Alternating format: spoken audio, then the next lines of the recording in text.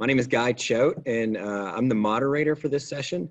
You may know me from our general reading series, which RIP right now during COVID. Hopefully we will be back next year. We'll be back when the time is right. I can promise you that. I'm excited to have these two writers with us. Jeff has been to our general reading series, and Jen was on the docket to come to our general reading series. And so it's great to be here in this space with them now, even though it is a virtual space. Thanks for being at Six Bridges. I know it's different, and I know that this is not the experience we all want to have, but it's a good one. I've found that there have been some great experiences in this virtual setting.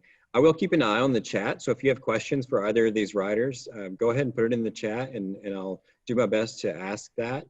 The way this format will work is that I'm going to introduce each of them and have them read, and then we'll have a Q&A. We'll just have a conversation here, and if you want to put a question into that chat box, then we will add that to the conversation. With that, I'm going to introduce Jen Fawkes. Is it Fawkes? Fawkes? How do you say that? Just like the Fawkes. animal, Fox. Nice, Fawkes. All right, cool. Jen Fawkes has published fiction in One Story, Crazy Horse, the Iowa Review, Michigan Quarterly Review, Best Small Fictions 2020, and elsewhere. Her story collection, Tales the Devil Told Me, won the 2020 Press 53 Award for short fiction and is forthcoming in May 2021. Fawkes is a four-time nominee for the Pushcart Prize, and her stories have garnered awards from The Pinch, Washington Square Review, Harper Pallet, Salamander, and others. She lives in Little Rock, Arkansas with her husband and several imaginary friends. And her book, of course, is Mannequin and Wife. Pick it up. It's available wherever you buy your books. And now Jeffrey Condran. He's the author of Fingerprint Repeated in Prague Summer, which received an Independent Publisher Book Award Silver Medal. His fiction has appeared in journals such as the Kenyon Review and the Missouri Review and Epoch, and has been awarded the Missouri Review's William Peden Prize and Pushcart Prize nominations. He's an associate professor of creative writing at the University of Arkansas at Little Rock and co-founder, publisher of the independent literary press Braddock Avenue Books. And he's also sponsored by the UA Little Rock Department of English. His book is Claire Wading into Danube by Night. Pick that up wherever you buy books as well. With that, I'm going to turn it over to Jen. Just to give you some background about her book, here's what we said here at the Six Bridges Book Festival. In Mannequin and Wife, sharp and imaginative tales trip seamlessly across borderlands, navigating comedy and tragedy, psychological and magical realism, the mundane and the marvelous. Readers of these adventurous fictions will encounter a flock of stenographers, the strongest woman alive, a taxidermist with anger issues, an elephant girl, a fairy on her lunch break, and a married couple who live with a department store mannequin. Elsewhere, an American actor impersonates a code-breaking Britisher during World War II. A mother awaiting her son's return discovers his personal ad soliciting the services of a cannibal. A criminal mastermind's protege plots the destruction of Mount Rushmore from within an extinct volcano. A man buys a drive-in theater and transforms it into a carnival sideshow, and an attorney puzzles over how to leave someone his deceased client's heart, all in 200 pages. Wow. Take it away, Jen. Okay. Read for us. Thank you so much. Thank you so much, Guy. I am thrilled to be here at the Six Bridges Festival with Jeffrey and Guy. I am a Little Rock native. Well, I mean, I grew up mostly in Little Rock. I was born elsewhere, but this is where I did most of my growing up. So I'm thrilled to be back in Central Arkansas and to be participating in the Six Bridges Book Festival. I love the Central Arkansas library system. Central Arkansas has such a phenomenal library system. I just want to give a shout out to the libraries in general. Because it is the most banging library system I've ever encountered anywhere. So you can get anything from any of the branches, and it's really large. It's just lovely. So, and wonderful people work there. So yeah, so I'm just going to read a brief. I'm going to read two very short pieces from my book. As Guy said, my book is called Mannequin and Wife. This is my first book. It's a collection of fiction that walks a line between speculative work and realism. It made trend toward the speculative some, But I have in the book there, in the middle of the book, there's a fairy tale triptych, a group of 3 very short pieces that are inspired or in conversation with the fairy tale tradition, which is one of my major influences and something that I love. So I'm going to read 2 of those very brief pieces. And it'll take me, this takes less than 10 minutes. So the first is called Burrow, and it was a finalist for the Fine Line Prize from Mid-American Review in 2014, I think. And then the other is called Chrysalis, and it appeared in the Southeast Review, and it was a finalist for their Flash Prize, gosh, probably in like 2012 or something. So, okay, so I'm going to take it away with Burrow. Petra was 12 the day piñatas started talking. The inaugural incident occurred at a child's party in San Diego. Having been blindfolded and spun, the birthday boy was zigzagging over the lawn, slashing at the air with a broomstick, when the dangling, varicolored, tissue-papered burro his father had picked up at a 24-hour party town opened its mouth and a string of syllables poured forth. These sounds engulfed the party, its guests and their astonished parents, the backyard of the split-level ranch, causing the boy's father, who was of Japanese extraction, to clap both hands to his face and exclaim, "Dios mío." But Spanish was not the language spoken by the piñata, nor by any of the piñatas that began vocalizing all over the world. The piñatas did not speak Portuguese, Italian, or French. Their language wasn't a Romance language at all, nor did it seem to be of Germanic, Slavic, Baltic, Altaic, Turkic, Mongolic, Semitic, or Sino-Tibetan origin. In fact, the language of the piñatas was related to no known tongue, and within a week, the world's supply of piñatas had been pulled from the shelves of party stores and mercados and transported to universities and laboratories to be studied by linguists. Among these linguists was Petra. Since she'd sat on the green shag in her parents' Texas den, viewing news reports about that first talking piñata, watching pandemonium descend on that San Diego backyard, Petra had known that she would dedicate her life to the mystery of the supernatural papier-mâché objects. And one spring morning, when she entered her office, she was 38. 11 years had passed since she'd earned her doctorate, 9 since she returned Michael's ring, explaining that though she loved him, there just wasn't room for a family, wasn't room in her life for anything but her work. Petra found that as the voices of the piñatas arranged on wide metal shelves washed over her, she understood them. She sat at her desk, began transcribing their message. An hour later, she put down her pen. She'd imagined many times what the piñatas might be saying. She'd imagined that their voices must be divine, that they longed to impart a directive, a key, a piece of wisdom that would make things clear, make them right. But as she read over her dictation, Petra found that the piñata's concerns were entirely animal. They wanted to know why people had stopped filling them with candy, why they'd stopped letting children beat them until they were torn asunder, until they could not be mended. "We just assumed," Petra said, turning to the Burrows, "that you wanted us to stop." "Why?" The orderly piñatas spoke with one bright voice. "Because you can speak," she said, "because you are important." "Then why," they said, "have you stuck us on these shelves? To study you, to learn from you." The piñatas exchanged glances. "Petra," they said, "we were made to be filled, hung up, and destroyed, to let our bounty spill out and bring joy to children, and that is all we can do. There is nothing else we can teach you." "Seriously?" Petra shook her head. "Are you sure?" As one, the Burrows nodded. "Positive." An hour later, Petra stood outside a 24-hour party town, filling her trunk with bags of assorted candies. Once behind the wheel of her sedan, she hesitated, hand on key. In the store, she'd spied a man who, for an instant, she'd imagined was Michael. She now wondered what his wife looked like, how many children they had, and what sort of candy the little devils might dive for when confronted with a ruptured piñata. Okay. And now I'm going to read Chrysalis. Technically, it couldn't be classified as a coma. Hypersomnolence, a resident suggested.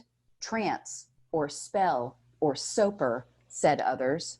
Not even the hospital's old guard spoke of the girl's condition with anything approaching certainty. The most she merited at rounds was a shrug of weary shoulders. Hibernation? Hypnotism? Rapture? Inevitably, one of the residents suggested a classic case of colossal torpidity, and everyone sniggered and moved on. Everyone but Dr. Bach. He'd been on duty the day they found her prone on the waxed floor of the downtown library, a field guide to butterflies of North America clutched in her right hand, index finger marking her place. His grandfather, an avid lepidopterist, had owned the same guide. Vanessa Atalanta, about which the girl had been reading before she sunk into her stupor, was quite striking, but the girl was no prize. Dishwater blonde, crooked mouth, wan, pitifully thin. Dr. Bach had intended to return the field guide to the library when he left the hospital. Instead, he carried the book to his cold 2-room apartment and tucked it under his pillow. Each night, before removing his glasses and switching off the lamp, he perused the entry on Vanessa Atalanta. In his dreams, the girl's pale eyelids fluttered like polychromatic wings in flight.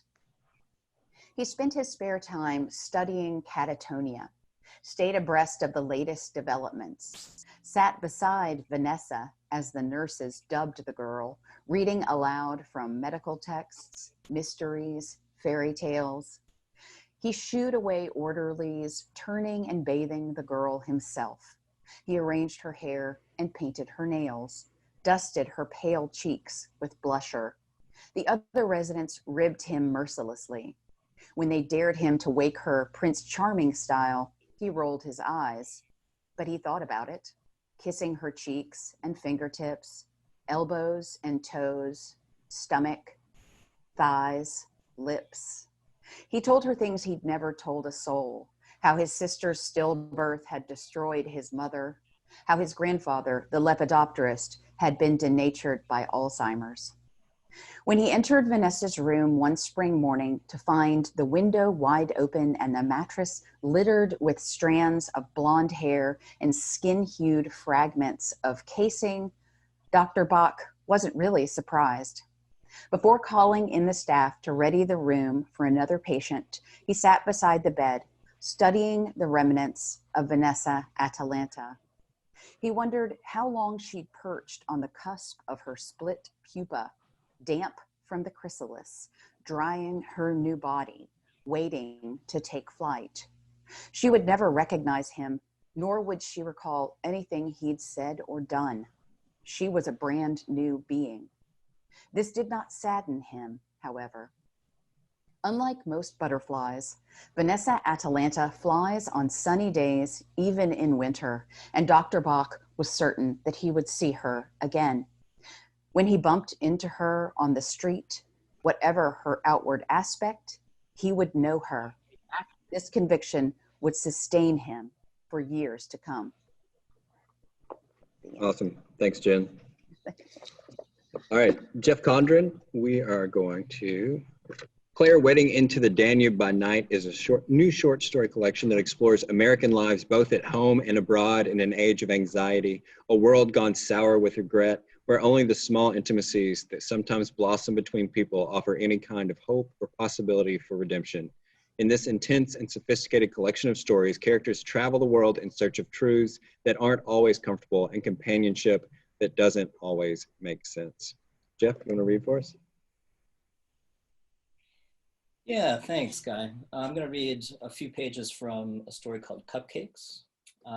It's the oldest story in the collection. I think I actually wrote it in 2009, which tells you something about the way that story collections percolate over time.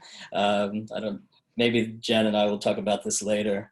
But it's about the main character is a hostess delivery driver who is troubled by his life as the sort of primary caregiver for his partner who has some kind of mental health issue, whether it's general anxiety disorder or something along those lines, where he is, I think, overwhelmed by that task a little bit, right? So these are the first few pages of Cupcakes. Today's the day Neil and I decided to bring home the expired product from our run. We could do it every day, but that would be dangerous. Once a week's bad enough. The fat lady who checks our inventory logs up the office says we're both going to get diabetes.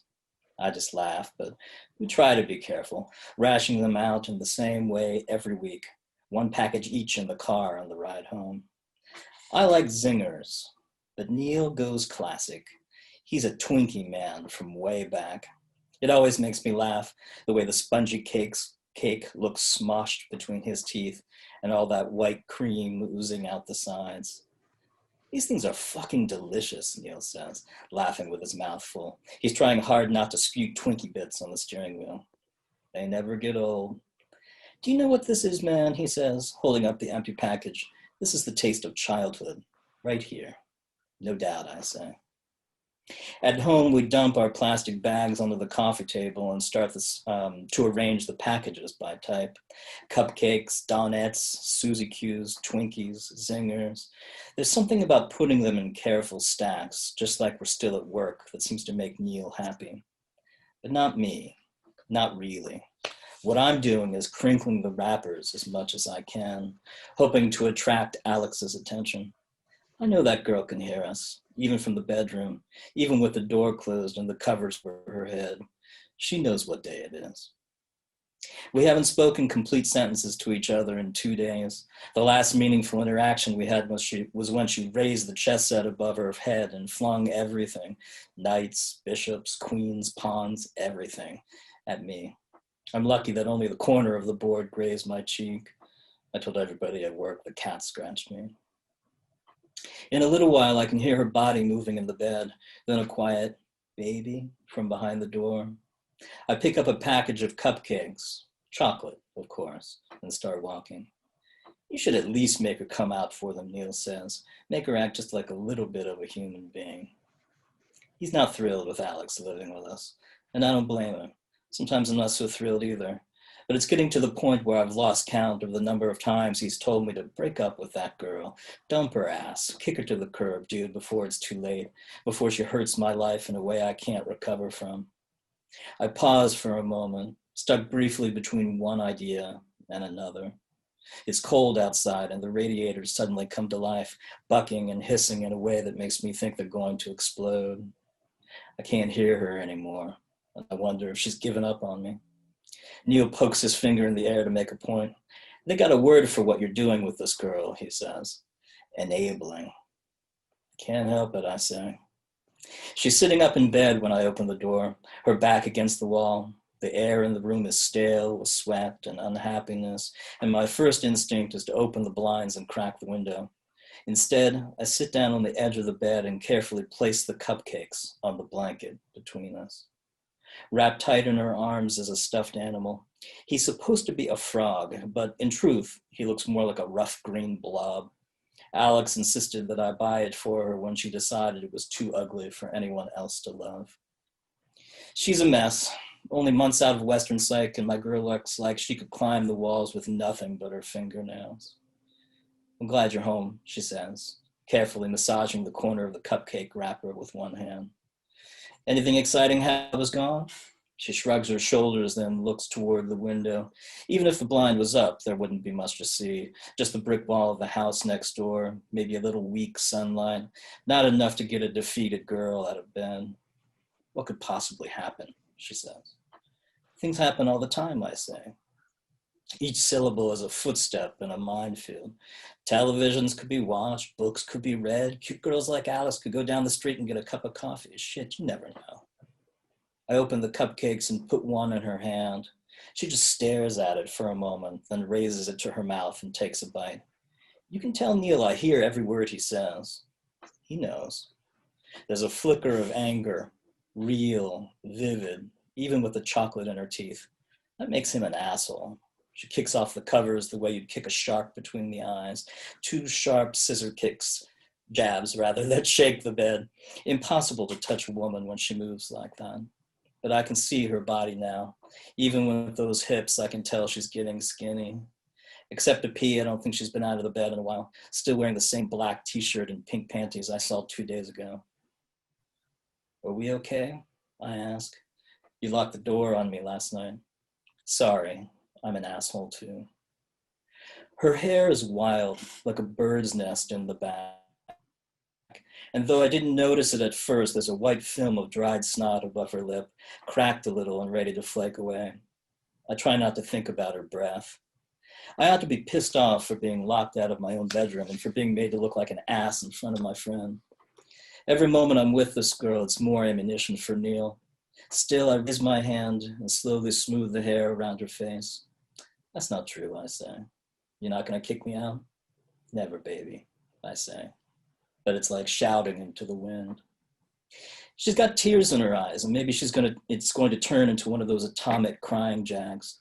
But then she blinks everything away, and only a single tear spills down her cheek. Come to bed, she whispers. She says it's so quiet, I don't think I heard her right. You sure? I say, but my hand is already tracing its way down her stomach. This is what we're like. God help me. I was ready for her when she took that first bite of cupcake. She pulls me on top of her and tangles her fingers in my hair while she's kissing me. Her mouth tastes of chocolate and sickness. She shouts when I'm inside her, and after that is when the tears come. Don't ever stop, she says. This is what we're like. Every day I wonder how we keep it together, and in the space of the same thought, I'm so absolutely sure we could never do anything else. At some point, I hear Neil slam a door. Later, I fall asleep. When I wake up again, Alex is snoring with her mouth open, and there are half a dozen Hostess snack wrappers in the bed with us. For a second, the whole world smells like sugar. Thanks. Excellent. Thanks, Jeff.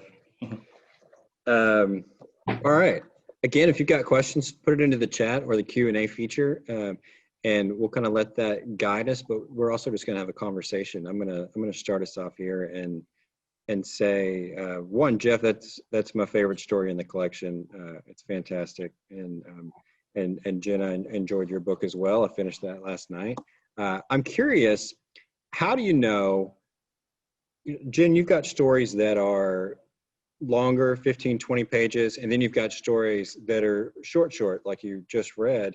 And Jeff, you've got a novel out. You've also got these short stories. How do you know what the right length is for these stories? Jen, I'll let you take it first. Okay. Well, I think that after you've been doing this for a number of years, after you've been writing for a number of years, now when in the early days, when I was sort of just stumbling around and trying to figure out how on earth to write fiction at all, I wouldn't have known. I never knew how long a story was going to be. I didn't really know how long it would end up being. I would just start, I write organically, so I don't do any sort of pre-planning in terms of short fiction. I start with some sort of image, a notion, a scenario, a character or something. And so when I was first teaching myself how to write, I didn't know, but after having done it for a number of years, I find that now when I begin a piece, I usually have a pretty good idea of how long it will end up being. And I'm generally pretty dead on as to the length it ends up achieving. And I guess that's just sort of practice, having done it for a long time. But I love to write flash, particularly because I think that everybody who writes, I think that anybody who writes will agree that it can be maddening to work on something very long that takes you a very, very long time, and you don't get there is one point that we're all living for. It's the moment when we can see the end and we feel like we know what's happening and the story all begins to come together. And if you're working on a very long piece, or let's say a novel, that's like years and years in the future. So with a piece of flash, what I love about it is that I can get there within a couple of days. Like if I have an idea that I know is suited to flash, and I can now, when I have a notion, I can tell, I can work on that and get to that wonderful like ending place that we all want to get to give myself the strength to go on and keep trying to work on the longer pieces. So I love that flash is available to me as like a, something you can sort of turn to and knock out something more quickly to arrive at that wonderful feeling of ending a piece. And I am personally still working on on really, really long form fiction. So Jeffrey might have some tips for me on on how on earth you manage to handle getting a novel written. Jeff, do you write flash fiction at all?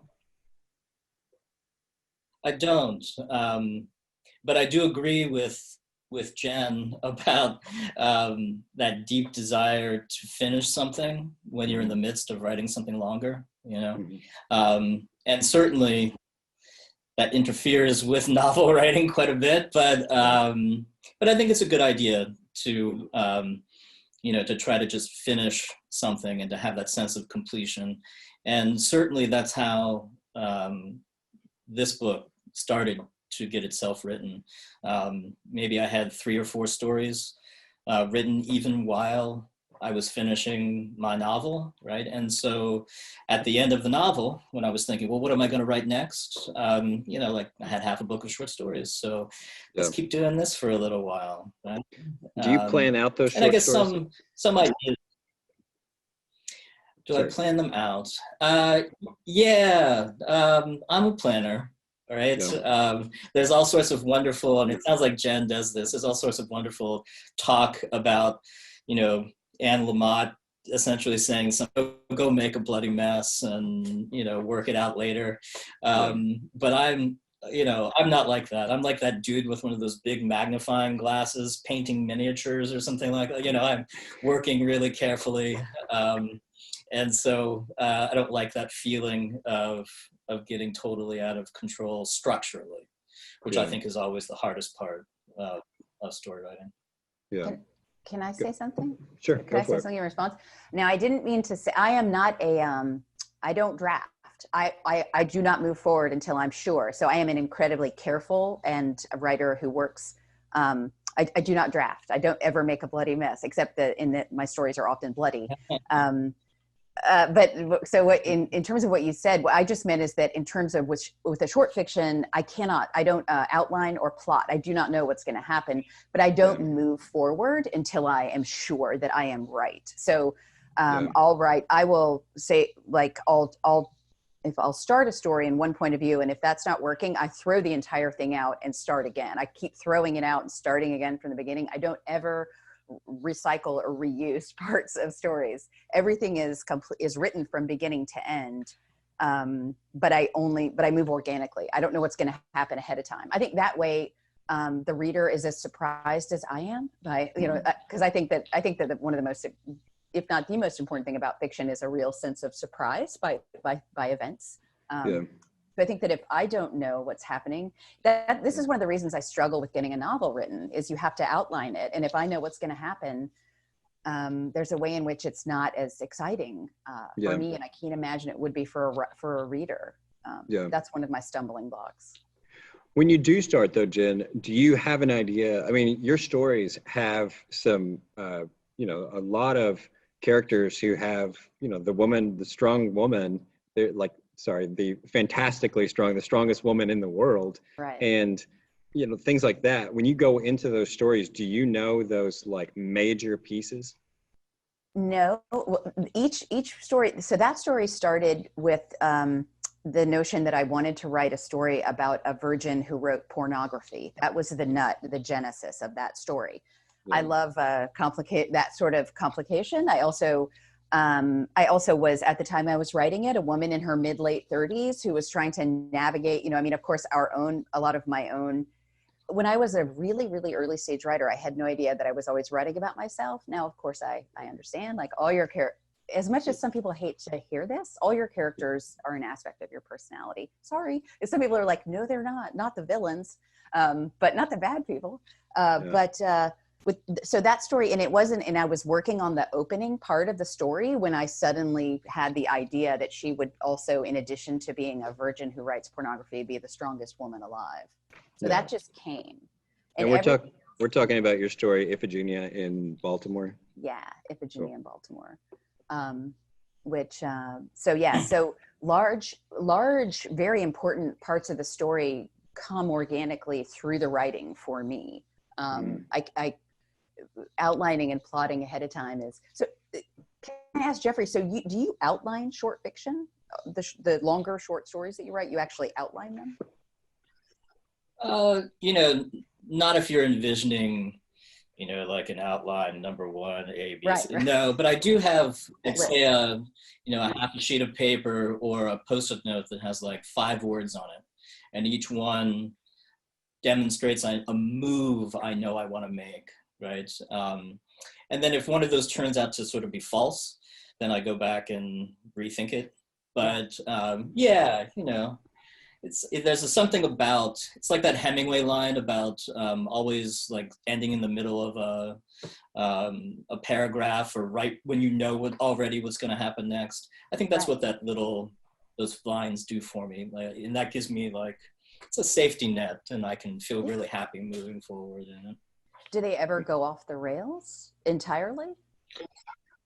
Entirely. Well, I used to be a writer in the way that you describe, right? Not so much revising as constantly rewriting until you hit the magic, right? And then I finally decided that was so painful as a way to write that, because every time you do something completely new, you cause new troubles for yourself, right? So, finally at about 30, I finally decided, I really ought to teach myself how to revise, like really, not my bullshit version of it, right? Yeah. So now I let things, I don't just throw it out, I'll change directions, but not throw the whole thing away anymore. I think this segues into a question we've got in the Q&A module here. How much thought do you give to the order of the stories in a non-linked collection? Are you looking for a particular thematic unison? Do you arrange them in such a way as to either contrast or reinforce a certain tone? I know everyone approaches it differently, so I'd be curious to hear your thoughts on the matter. This is from Philip. Thank you, Philip. Do you want to go, Jeffrey, first? Sure. I guess there's a lot of talk about arranging story collections the way that musicians arrange albums. You start with a really, really good one, but not maybe your very best, right? The one you think is the strongest, and then follow up that really good one with the one that's the ultimate story you've written in the collection. And then maybe you go back to the third one where it's almost as good as the first one, but not quite as good as the second one. And then you can play with the mushy middle for a little bit, and then end it with a couple of strong stories, maybe even, a story to rival that second one as the last story. This is what I've been doing. That's a formula. You've got a formula down. Yeah, almost, right? And it's often what I tell, if I have as a publisher, if I have someone who's publishing a story collection and they don't have very strong ideas about, the order it should be in, or I question it a little bit, then I start nudging them toward that idea. It's just keeping the reader, if you've read a series of 3 or 4 good stories, even if you think there are some that are, good, but maybe not as good as some of those earlier stories, now they're invested. You know, the law of diminishing returns takes over, and they got to read all the way to the end. And then hopefully they'll read those really good stories at the end, and they'll be like, "Oh, the whole thing was wonderful and totally worth it." So thrilled. I love it. I love it. That What is, about you, Jen? that is definitely what happens, Jeffrey. Well, I think I agree. So you know what's funny is what I didn't know the sort of like the very strongest one second. I thought, you know, your strongest were first and last, you know, and then you kind of order them, which definitely I keep, you know, the strength of the story is something that, and this is the first, so this is having just sort of being new to this, but when I put this collection together, it wasn't also about the strength of the stories as it was about the length of them too, because, you know, Jeffrey, your stories are all pretty standard story length, but because mine is like half flash and half full length stories, I liked that I had the flash pieces to put in between the longer stories to, I hope, give a reader a break and take a breath and kind of have a little bit of this satisfaction of, you know, coming to the point like when I wrote it, and it gave me a little, like when I was writing it, it gave me a bit more satisfaction, but also subject matter. And then I also saw I saw an emotional wave going through the book, and I knew I wanted to try to end it on a certain note.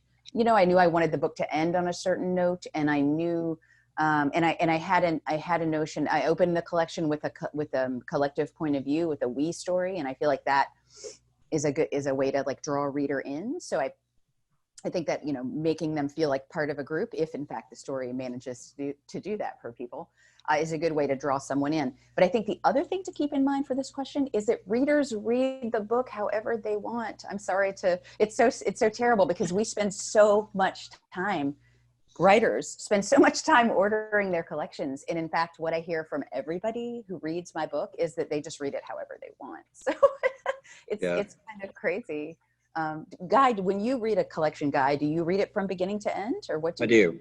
I'm very much I'm a list maker. I have to like, if I will, you know, there's no jumping. My mother jumps, and it drives me insane. She'll have 4 or 5 books going at once, and she won't be reading them in order. And she's watching, I think, today. So sorry, Mom, throwing you under the bus here. But yeah, like I can't. I have to just. Plus, I do think that if a writer is spending the time to put it in a certain order, I want to see it in the way that they have compiled it for. Good. You're a good reader, Guy. Hear that, Mom? Hear that, Mom? I'm right. You're our ideal reader, Guy. It is interesting to hear you guys say like, oh, well, a story that's good, but it's not as good as some of the others. Like the first thing I did was like, which one do they think is not as good as, you know, like I want to know how you guys feel about your own work. Where do you get inspiration for your short stories and novels? This is another question from the chat. Well, I mean, for me, inspiration comes from almost anywhere. You know, daily life mainly. You know, I mean, I think that a lot of people who write, you know, recognize that our work, like our lives, are so influenced by work. Human beings. This is how we live our lives. We spend so much of our lives working. So I think that the notion of looking at work is always a good, and you know, what fills our daily lives. But I of course like to, I don't know if it's an innate trait of mine, or if it's experience, but I like to approach subjects indirectly. Usually I never come head on at something. So a lot of times what is just a workaday experience that I had will come through as something fantastic or strange in my work. But really it's just my life, relationships, what I'm worried about, my fears, you know, my desires. I think that's pretty much what we're all, not everybody. Yeah. Me anyway. What about you, Jeff? Yeah, it's a good question, right? I think, you know, I've been teaching for about 20 years now, and I think I'm really, really influenced by the lives of my students in a lot of ways. Good example is, my first story collection and the novel Prague Summer both came out of knowing these students. I was teaching at La Roche College. They were Arab students who had come to the United States for on a scholarship called Patchman Terrace that allowed them to, they were all from conflict or post-conflict nations, and they were meant to study in the United States and get really practical degrees and then go back home. And of course, I was in class with them on the day of the 9/11 attack. So, it was a really interesting experience to be in the room with, 18 to 35-year-old Arab students who on one day had been sort of happy-go-lucky expatriates going to college in a foreign country, and who suddenly became either public enemy number one, or who had to explain their lives to everybody. And of course they're like, 20 years old. And so, I often say I kind of forgot what I was writing about on September 10th, because after that day, I completely changed, and then ended up spending a decade writing about those ideas. The new story collection is not about that, but that was a very conscious decision to turn away from that after writing 2 books about those issues. Yeah, for sure. So I guess I'm inspired by the people I meet. Cool. Jen, you talked about not going headlong after a subject, but kind of getting there. You write in your stories about some tough subjects: sexual assaults committed by strangers, sexual abuse committed by people who love their victims. How those are tough. Like, how do you grapple with writing about those things? Well, I would say you did it really well. I was, as I was reading, I thought, oh man, like heartbreaking, but it's like, this is well done. And so, yeah, I'm curious. I guess that I think especially if you're someone who has been through a good bit of trauma in your life, and you have dealt with a lot of heavy, dark, sort of tragic circumstances, I feel like one of my projects this is, again, none of this was conscious, say, while I was writing these stories. This is all the speculation I've been doing since people have been asking me about my writing, Yeah. But I guess I feel like this is if you're someone who has, had to sort of survive in a lot of dark situations, that you are, I feel like, I'm always looking for the light, like the light. I feel like there's a lot of darkness in the world, but I feel like at the same time, there is light, there's hope, there's some glimmer that keeps us all moving forward.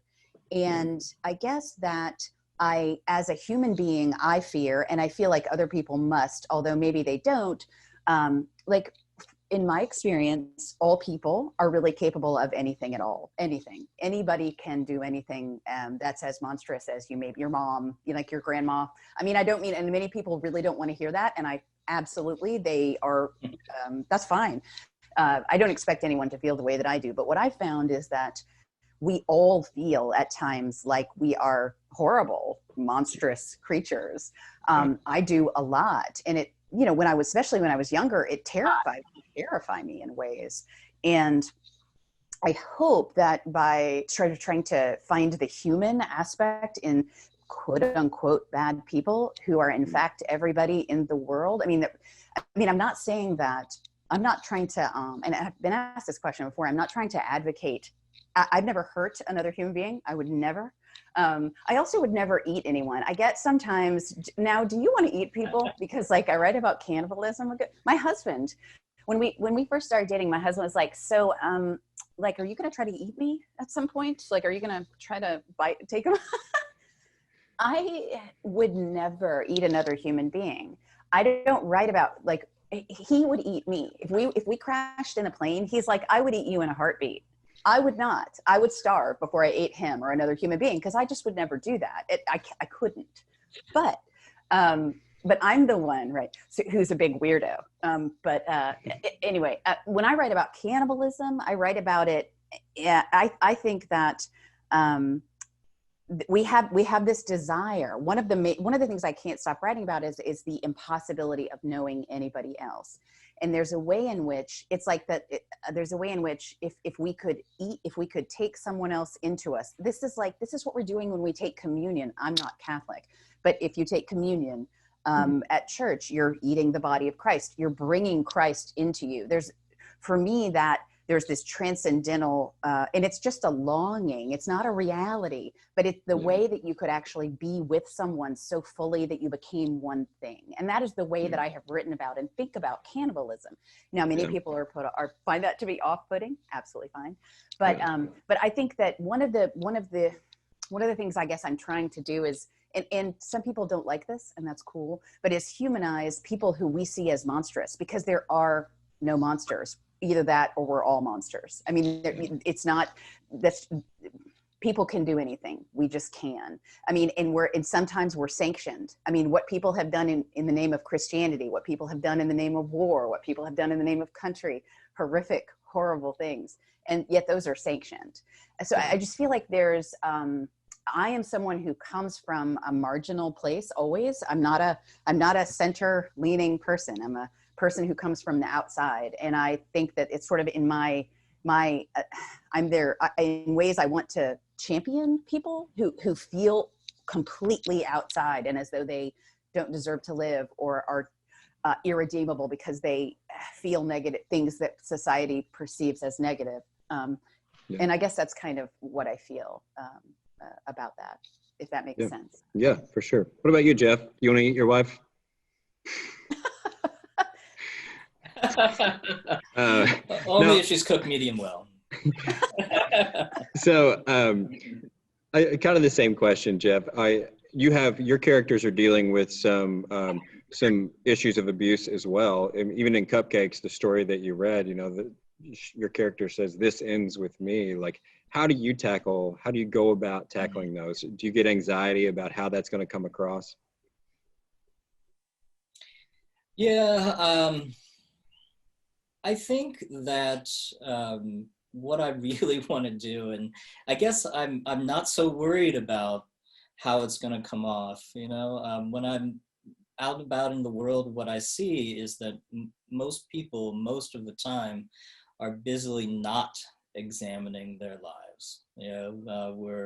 What's that phrase? We're entertaining ourselves to death. In order to not deal with the things that are really troubling us. So what I want to do more than anything is sort of, gently but firmly take the reader by the back of the neck and kind of push them up in front of the mirror and make them look, and so if that turns out to be scary or anxiety making, well, then I've written a good story, in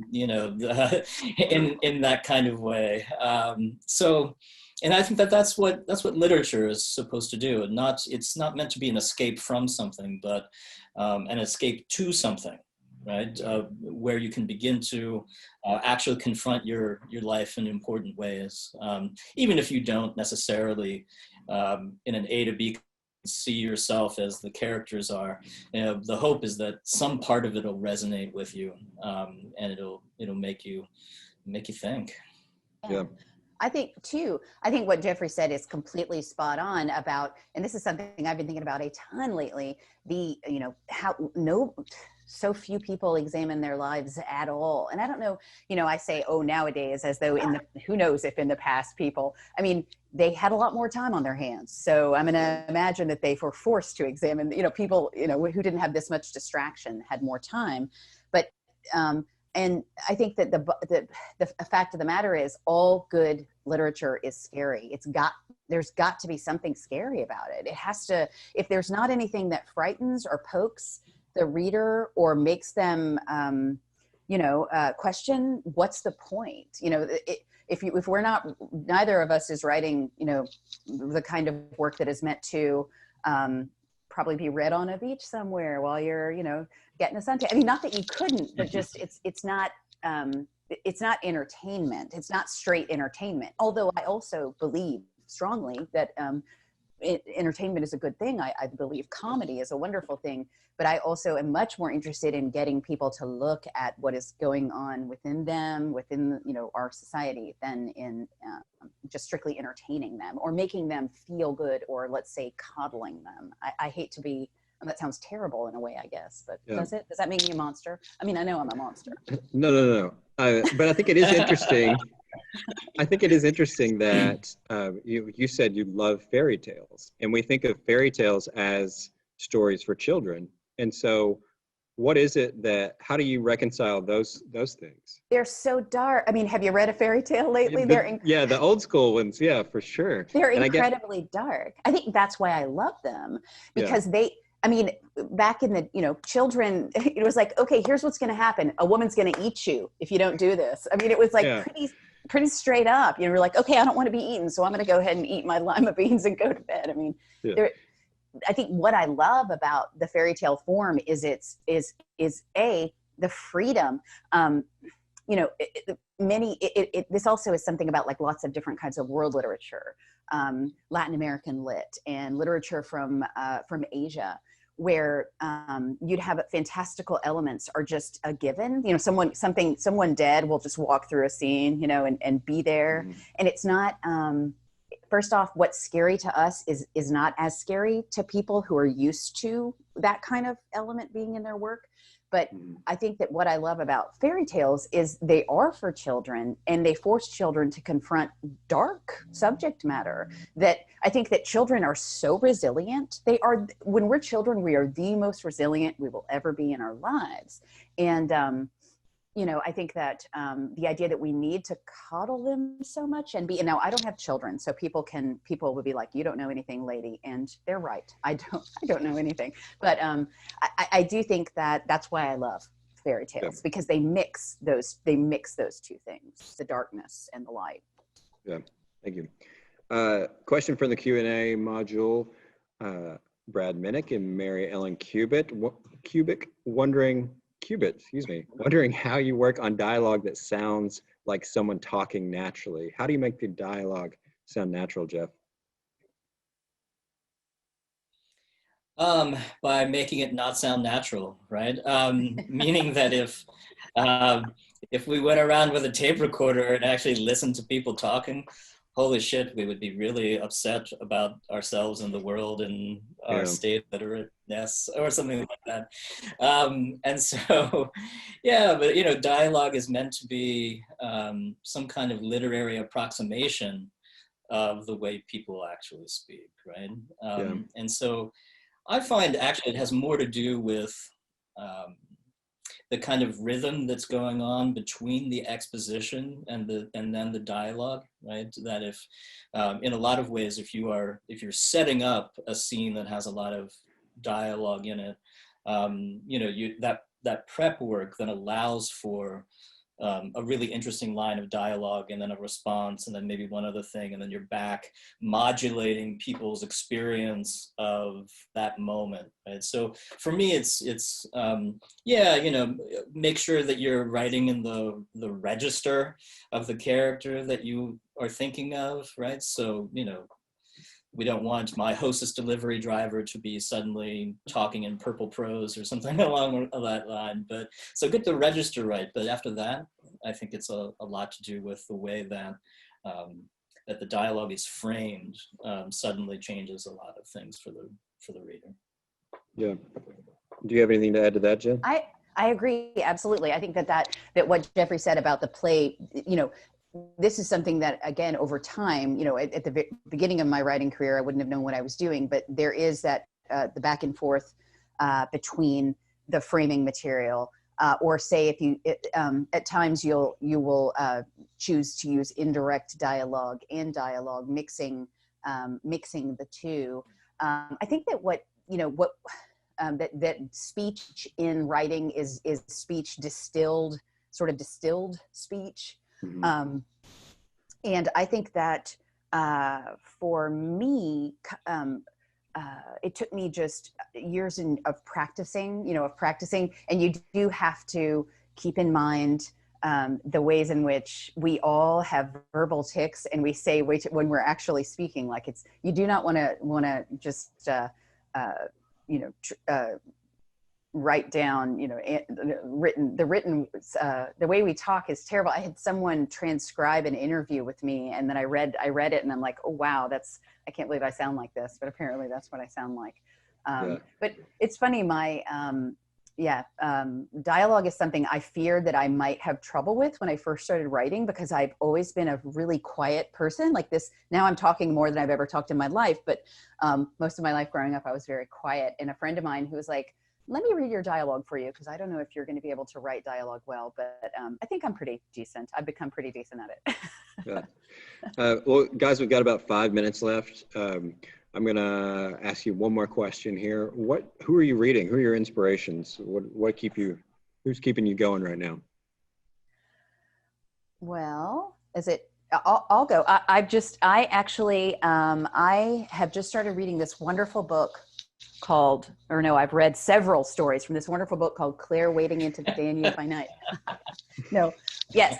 Lately, I've been reading a lot of fantastic work. I just read, there's a Indian American writer named Jenny Bott, South Indian, and she has a story collection that just came out called Each of Us Killers, and it is wonderful. I really enjoyed that. It was her first collection. She's also an older lady with her first collection. She's also a literary translator and speaks 7 languages, so she's really a lot more badass than I am. I also recently read, and I've said this already, but I loved The Vexations by Caitlin Horrocks, the novel about the absurdist French composer Eric Satie, which is just so good. I loved that book. Yeah, that's a great book. Yeah. Those two are good for me. What about you, Jeff?